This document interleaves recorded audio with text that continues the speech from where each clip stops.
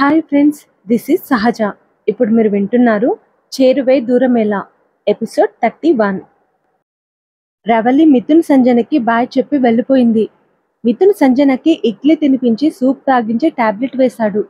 జ్వరం బాధతో నిద్రపట్టక సంజన అటు ఇటు బొర్లుతుంటే మిథున్ సంజనని తన ఒడిలో పడుకోబెట్టుకొని ఒక చేత్తో ఆమె తలని లాలనగా నిమురుతూ మరో చేత్తో ఆమెను జోకొడుతుంటే సంజన నిద్రలోకి జారుకుంది. మిథున్ ఆ 2 రోజులమ్మని కళ్ళలో పెట్టుకుని చూసుకున్నాడు. ఆ రాత్రి కూడా మిథున్ అమ్మని ఒడిలోకి తీసుకుని జోకొడుతుంటే సంజన అతని కళ్ళలోకి చూస్తుంది.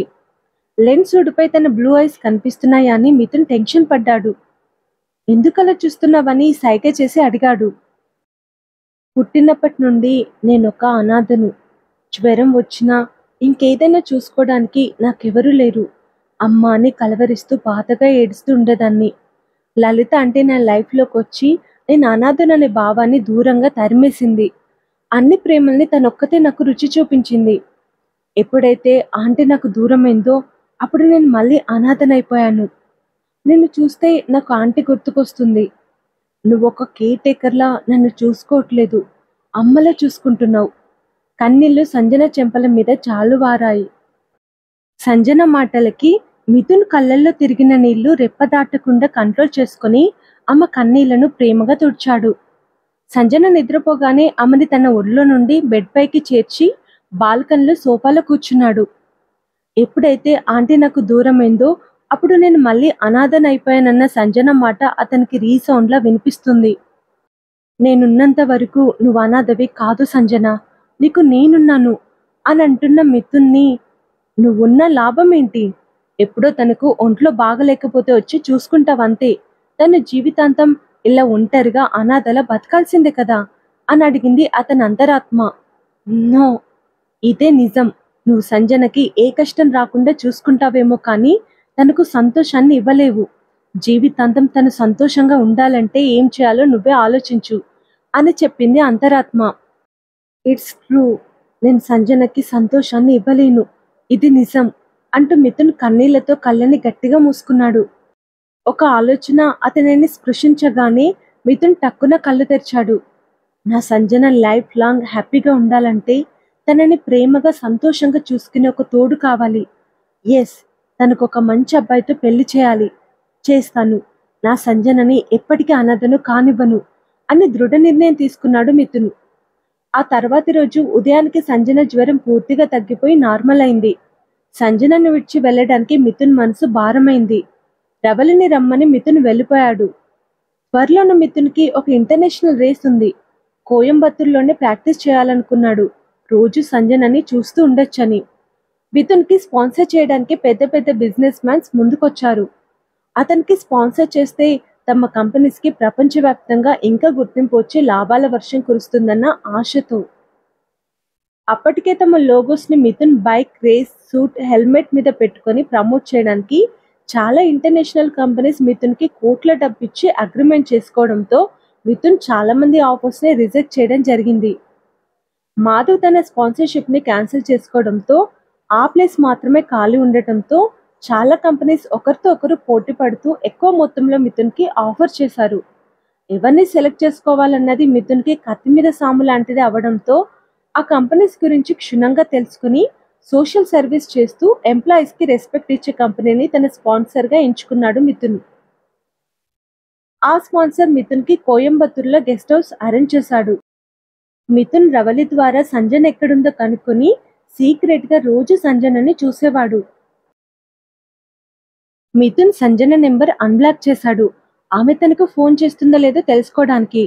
కానీ సంజన ఒక్కసారి కూడా అతనికి ఫోన్ చేయలేదు. మిథున్ చాలా బాధపడ్డాడు. కాంపిటీషన్ డే రానే వచ్చింది. రేస్ కోసం మిథున్ లండన్ వెళ్ళాడు. 2 వారాల పాటు జరగబోయే ఆ బైక్ రేసులో గెలిస్తే మిథున్ స్టార్డమ్ ఒక రేంజ్లో పెరుగుతుంది.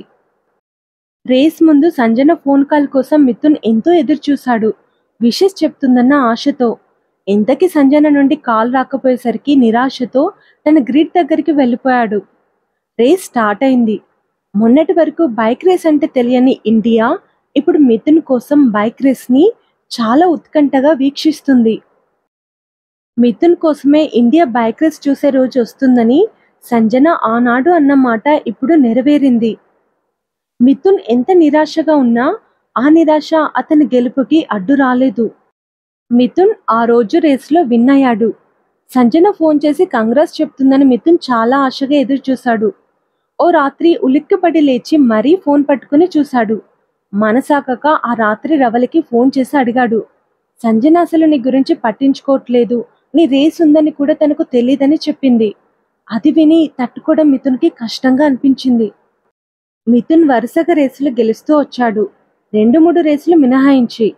అతను ఎన్ని రేసులు గెలిచినా సంజన నుండి ఒక్క కాల్ కూడా రాలేదు.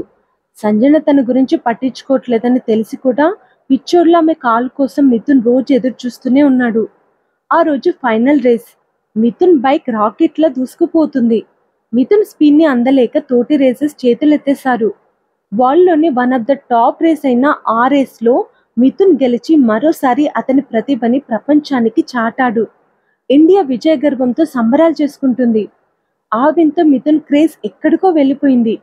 రేస్ గెలిచిన ఆనందం కన్నా సంజన తనకు ఫోన్ చేసి విష్ చేయలేదనే బాధే మిథున్లో ఉంది. ఆ రోజు నైట్ తన టీం వాళ్ళు పార్టీ అరేంజ్ చేశారు. ఎప్పటిలాగా మిథున్ ఇష్టం లేకపోయినా టీం కోసం పార్టీకి వెళ్ళాడు.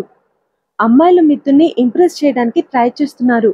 కొందరైతే అతనిని టచ్ చేయడానికి ట్రై చేస్తున్నారు. కుదిరితే మిథున్ని సెడ్యూట్ చేయడానికి కూడా సిద్ధపడేలా ఉన్నారు. మిథున్ ఆ ఛాన్స్ వాళ్ళకి ఇవ్వకుండా అమ్మాయిలని అవాయిడ్ చేస్తూ వాళ్ళకి దూరంగా ఉన్నాడు. అయినా కూడా ఒక ఫారిన్ మోడల్ మిథున్ దగ్గరకు వచ్చి I want spend the night with you అని అడిగేసింది. మిథున్కి చాలా కోపం వచ్చింది. కంట్రోల్ చేసుకుని అక్కడి నుండి వెళ్ళిపోయాడు. ఆ అమ్మాయి షాక్ అయింది. ఎంతో మంది సెలబ్రిటీస్ తన అందానికి ముగ్ధులై తన కోసం పరితపించేవాళ్ళే. అంతటి అందగత్తె ఫస్ట్ టైం ఒక అబ్బాయి దగ్గరికి వెళ్ళి డైరెక్ట్గా అడిగినా అతను పట్టించుకోకుండా వెళ్ళిపోయేసరికి ఆమె కంగుతింది. డ్రింక్ ఆఫర్ చేస్తే తీసుకోకుండా ఓన్లీ జ్యూస్ తాగుతున్న మిథున్ని ఆశ్చర్యంగా చూస్తూ అతని పక్కకు వెళ్ళి కూర్చొని డ్రింక్ తీసుకోవట్లేదేంటి మిథున్ అని అడిగాడు ఒక తెలుగు వ్యక్తి. నాకు అలవాట్లేదు అని చెప్పాడు మిథున్. మీ ఇంట్లో వాళ్ళకి భయపడుతున్నారా? అవును, మీ రేస్ చూడడానికి మీ వాళ్ళెవరు రాలేదేంటి అని అడిగాడు. నాకెవ్వరూ లేరు, నేను అనాథను అంటున్న మిథున్ కళ్ళల్లో నీళ్లు తిరిగాయి. I'm so sorry. It's okay. Friends ఉన్నారా? చాలా మంచి ఫ్రెండ్స్ ఉన్నారు. ఎంత మంచి ఫ్రెండ్స్ ఉన్నా వాళ్ళు పరాయి వాళ్ళే. మనకంటూ ఒక సొంత మనిషి అయినా ఉండాలి. మీకు గర్ల్ ఫ్రెండ్ ఉందా అని అడిగాడు. నో. ఇంటికి వెళ్తే మీ గెలుపును సెలబ్రేట్ చేయడానికి మీ సొంత మనిషి అంటూ ఒక్కరూ లేరు. మిమ్మల్ని చూస్తే చాలా బాధగా ఉంది మిథున్. త్వరగా ఒక మంచి అమ్మాయిని చూసి పెళ్లి చేసుకోండి అని అన్నాడు అతను. మిథున్ ఒక నిర్జీవమైన నవ్వు విసిరి అందరికీ బాయ్ చెప్పి హోటల్కి వెళ్ళిపోయాడు. హైదరాబాద్కి చేరిన మిథున్కి ఎయిర్పోర్ట్ నుండి ఇంటి వరకు ర్యాలీ ఏర్పాటు చేశారు. ఇలాంటివి ఇష్టం లేకి లాస్ట్ టైం మిథున్ సీక్రెట్గా వచ్చాడు. ఇప్పుడు ఆ సీక్రెట్ని మెయింటైన్ చేయలేకపోయాడు వెంటనే ఇండియాకి బయలుదేరడంతో. ఈ ర్యాలీ ఏంట్రా విసుగ్గా తన ఫ్రెండ్స్ని అడిగాడు మిథున్.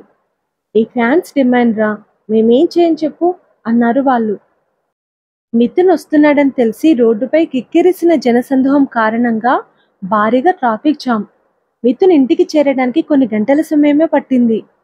ఏ అలంకరణ లేక బోసిగా ఉన్న అపార్ట్మెంట్ ముందు కార్ దిగిన మిథున్కి స్వాగతం చెప్పడానికి ఒక్క మనిషి కూడా లేడు.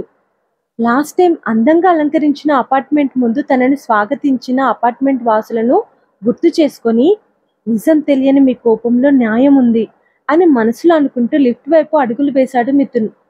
అతని ఫ్లోర్కి చేరిన మిథున్ని చూసి ఇరుగు పొరుగు వాళ్ళు డమాల్మని తలుపు గట్టిగా వేసుకున్నారు. మిథున్ చిన్నగా నవ్వి తన ఇంట్లోకి వెళ్ళాడు. ఫ్రెష్ అయి సోఫాల వాలిన మిథున్ టీవీ ఆన్ చేయబోతుంటే కాలింగ్ బెల్ మోగింది. టీవీ రిమోట్ పక్కన పెట్టి తలుపు తీశాడు. ఎదురుగా ఉన్న దీప్తిని చూసి మిథున్ సీరియస్గా టర్న్ అయ్యాడు. దీప్తి లోపలికి వచ్చి తలుపు దగ్గరికి వేసింది. దీప్తి వెనకాల నుండి మిథున్ని హాక్ చేసుకోబోతుంటే మిథున్ టక్కున ముందుకు తిరిగాడు. చాచిన చేతుల్ని వెనక్కి తీసుకుంది దీప్తి. ఎందుకొచ్చావు అని అడిగాడు కోపంగా. 1 మంత్ నుండి నేను కలవాలని ఎంత ట్రై చేస్తున్నానో తెలుసా? కోయంబత్తూర్ కూడా వచ్చాను. నేను ఎక్కడెక్కడో వెతికాను. రేస్ సర్క్యూట్కి ఎన్నిసార్లు వచ్చానో, బట్ నువ్వెక్కడున్నావో తెలియలేదు. ఈరోజు ఇంటికి వస్తున్నావని తెలిసి ఇక్కడైనా నేను చూడాలని వచ్చాను అని చెప్పింది దీప్తి. అసలు వాచ్మెన్ నేను ఎలా రానిచ్చాడు? ఇలా అంటూ ఫోన్లో ఆమె మిథున్తో దిగిన ఫోటోని చూపించింది. ఈ ఫోటో చూపించి నేను నీ ఫ్రెండ్ అని చెప్పా. కొత్త వాచ్మెన్ కదా, అతనికి నేను తెలీదు అంది దీప్తి. మిథున్ ఆమె ఫోన్ లాక్కొని ఫొటోస్ డిలీట్ చేశాడు. దీప్తి నవ్వి, అయ్యో మిథున్, ఫోన్లో డిలీట్ చేస్తే మళ్ళీ వస్తాయి. ఈ ఫొటోస్ అన్నీ గూగుల్ డ్రైవ్లో ఉన్నాయి, నా సిస్టంలోనూ ఉన్నాయి, ఇదిగో ఇలా కూడా ఉన్నాయి అంటూ బ్యాగ్ల నుండి ఇద్దరు దిగిన ఫొటోస్ని తీసి అతనికి ఇచ్చింది దీప్తి. అన్నీ నార్మల్ ఫొటోసే. ఇద్దరు పక్క పక్కనే దిగారు. మిథున్ దీప్తి నడుం మీద కూడా చేయి వేయలేదు, ఓన్లీ ఆమె భుజం మీద చేయి వేశాడు. కానీ ఒక్క ఫోటో చూసి మిథున్ పిడికిలి బిగుసుకుంది. అతను దీప్తి నుదుటి మీద ముద్దు పెట్టిన ఫోటో అది. మిథున్ కోపంగా ఫొటోస్ చించేసి దీప్తి మొహం మీద విసిరేశాడు. ఫర్హెడ్ కేసుకే ఇంత కోపమా? ఒకవేళ నువ్వు నన్ను కేస్ అని దీప్తి అంటుంటే షటప్ అని గట్టిగా అరిచాడు మిథున్. అమ్మ మన ప్రేమని ఒప్పుకున్నాకే కిస్ అయినా ఏదైనా అన్నావు, కనీసం నా బుగ్గ మీద కూడా ముద్దు పెట్టలేదు అని అంది దీప్తి. గతాన్ని గుర్తు చేయడానికి వచ్చావా? కోపంగా అడిగాడు మిథున్. దీప్తి మిథున్ దగ్గరికి వచ్చి అతని కళ్ళలోకి చూస్తూ, నువ్వు నన్ను ఇంకా ప్రేమిస్తున్నావు, అందుకే సంజనని గెంటేశావు కదా, నీ మనసులో నేను ఇంకా ఉన్నాను మిథున్, నాకు తెలుసు అంటే అతన్ని హక్ చేసుకోబోతుంటే మిథున్ దూరంగా జరిగి గెట్ లాస్ట్ అని కోపంగా అరిచాడు. మిథున్, నువ్వు నన్ను ప్రేమిస్తున్నావు, నాకు తెలుసు, అందుకే సంజనని గెంటేశావు, నిజాన్ని ఒప్పుకో. మిథున్ కోపంగా దీప్తి చేయి పట్టుకుని బయటికి గెంటేసి ఆమె మొహం మీద తలుపు వేశాడు. సంజనని నువ్వు అప్పుడు ప్రేమించావు, ఇప్పుడు ప్రేమిస్తున్నావు మిథున్. ప్రేమించిన అమ్మాయిని ఎందుకు గెంటేసావో తెలుసుకుందామనే వచ్చాను. మీరెప్పటికీ కలవకుండా చేయడానికి నువ్వు గెంటేసిన కారణాన్ని బలంగా మార్చాలనుకుంటే అదేంటో తెలియట్లేదు. నిన్ను రెచ్చగొట్టినా చెప్పట్లేదు, ఛా అనుకుంటూ అక్కడి నుండి వెళ్ళిపోయింది దీప్తి. ఇప్పటికే మూడ్ బాగలేదంటే ఇది వచ్చి ఇంకా మూడ్ ఆఫ్ చేసింది. విసుగ్గా అనుకుంటూ సోఫాలో వాళ్ళపై ఫోన్లో సంజన ఫొటోస్ చూస్తూ ఉండిపోయాడు మిథున్. నా సంజనకి నేనే అబ్బాయిని వెతికి పెళ్లి చేయాలి. నేనెంత దురదృష్టవంతుని సంజన. ఆమె ఫోటో ఉన్న స్క్రీన్ని గుండెల కత్తుకొని బాధగా కళ్ళు మూసుకున్నాడు మిథున్. సంజనకి సూటబుల్ పర్సన్ని నేను ఎక్కడని వెతకాలి? మ్యారేజ్ బ్యూరో ఆన్లైన్ యాప్స్ మీద నాకు నమ్మకం లేదు. మరేలా నాకు మంచి అబ్బాయి దొరుకుతాడు? కళ్ళు మూసుకొని ఆలోచిస్తున్నాడు మిథున్. ఈ విషయంలో ఫ్రెండ్స్ హెల్ప్ తీసుకోవాల్సిందే అని ముందు కూర్చొని అతని ఫ్రెండ్స్కి కాన్ఫరెన్స్ కాల్ చేశాడు. ఇప్పుడే కలిసాం కదరా, ఇంటికి వస్తామంటే ఒంటరిగా ఉండాలని రానివ్వకుండా పంపించేశావు, మరి ఒంటరిగా ఉండకుండా మాకెందుకు ఫోన్ చేశావు అని అడిగాడు ప్రకాష్. ఒక విషయంలో మీ అందరి హెల్ప్ కావాలి అన్నాడు మిథున్. ఏ హెల్ప్ రా అడిగాడు ఒక ఫ్రెండ్. నేను సంజనకి పెళ్లి చేయాలనుకుంటున్నాను, తనకు ఒక మంచి అబ్బాయిని చూడాలి అని చెప్పాడు మిథున్. అది విని అందరూ నిర్ఘాంతపోయి, పిచ్చి పట్టిందా నీకు అని ఏకకంఠంతో అరిచారు. సంజన లైఫ్ లాంగ్ హ్యాపీగా ఉండాలంటే తనకి మంచి అబ్బాయితో పెళ్లి చేయాలి. నా డెసిషన్లో మార్పు లేదు మొండిగా చెప్పాడు మిథున్. అతను ఒక నిర్ణయం తీసుకుంటే అందులో మార్పు ఉండదని వాళ్ళకు తెలుసు. అందుకే ఇంకేం మాట్లాడలేక సైలెంట్గా బాధపడుతున్నారు.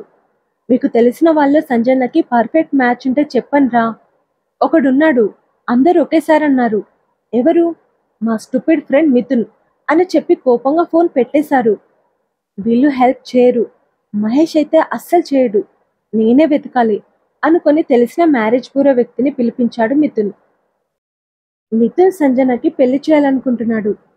మరి సంజన కోసం మిథున్ ఎవరిని సెలెక్ట్ చేస్తాడు? ఎలా సెలెక్ట్ చేస్తాడు? అతను సంజనను పెళ్లి చేసుకోవడానికి ఒప్పుకుంటాడా? మరి మిథున్ పరిస్థితి ఏంటి? అసలు సంజన ఈ పెళ్లికి ఒప్పుకుంటుందా? అవును, సంజన మిథున్ని మర్చిపోయిందా? అతను ఎందుకు పట్టించుకోవట్లేదు? వీటన్నింటి ఆన్సర్ ముందు ముందు తెలుసుకుందాం. ఈ ఎపిసోడ్ కనుక మీకు నచ్చితే లైక్ చేయండి, కామెంట్ చేయండి, మర్చిపోవద్దు. Thank you, bye.